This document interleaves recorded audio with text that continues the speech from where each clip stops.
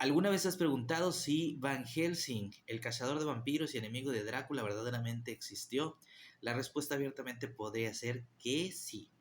Y es que desde que Drácula apareció en los libros, luego en el cine y en los programas de televisión, pues muchos quisieron averiguar en qué se basó el escritor Bram Stoker para poder de alguna manera darle vida al conde Drácula. Así llegamos a la historia de Vlad el Empalador. Sin embargo, para muchos resultará interesante que de igual forma podemos averiguar mucho acerca de Van Helsing, el enemigo de Drácula. Quizás sí existió, y no solo eso, de verdad le hizo frente a los vampiros. La imagen que estamos viendo a mis espaldas es del señor Gerard Van Swieten. Y sí, prácticamente es su historia la que inspira al personaje de Van Helsing. En su época fue un médico y un científico pues prodigioso, bastante reconocido. Ayudó muchísimo y aportó mucho en lo que fue los sistemas de salud de su país. Es más, era tan virtuoso y era tan popular que llegó a ser ni más ni menos que el médico de la emperatriz María Teresa de Austria. Y agárrense porque aquí es donde viene lo bueno.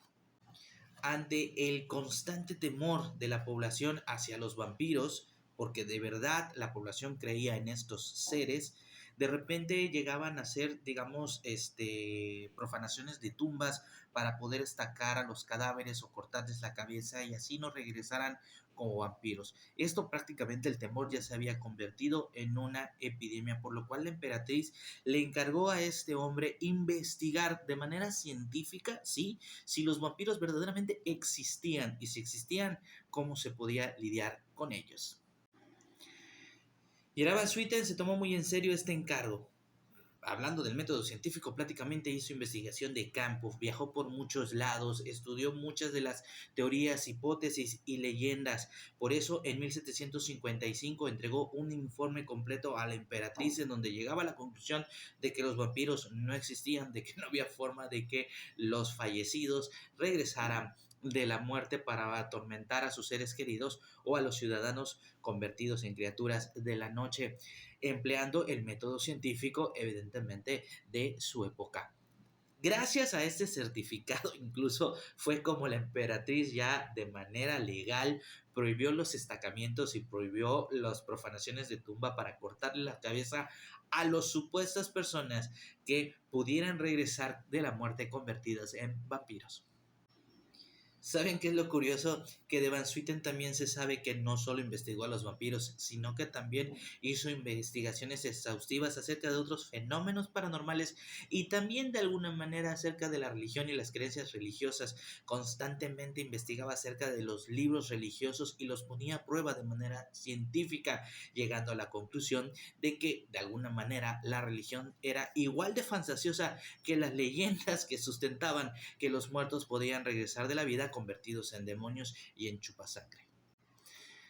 Ahora yo sé que muchos se preguntarán, ¿y por qué nos habla de él si prácticamente es un escéptico y este canal por lo contrario es un fiel creyente de estos fenómenos paranormales? Pues bien, ahí les va. Prácticamente Van Swieten fue el primer investigador de estos fenómenos abordándolos desde un criterio científico.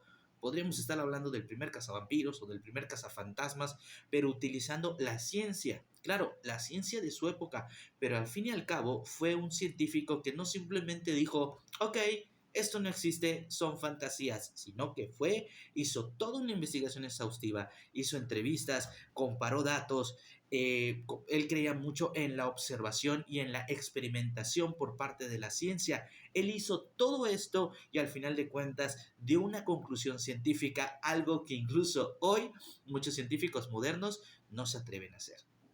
Así que aquí lo tienen. Ese es el Van Helsing de la vida real, Gerard Van Swieten. Que seamos honestos, enfrentó a los vampiros, porque en esa época había que tener mucho valor para dudar de sus leyendas. Y sin embargo él, con el método científico, lo hizo, llegando a las conclusiones que ya platicamos. El cazador de vampiros de la vida real.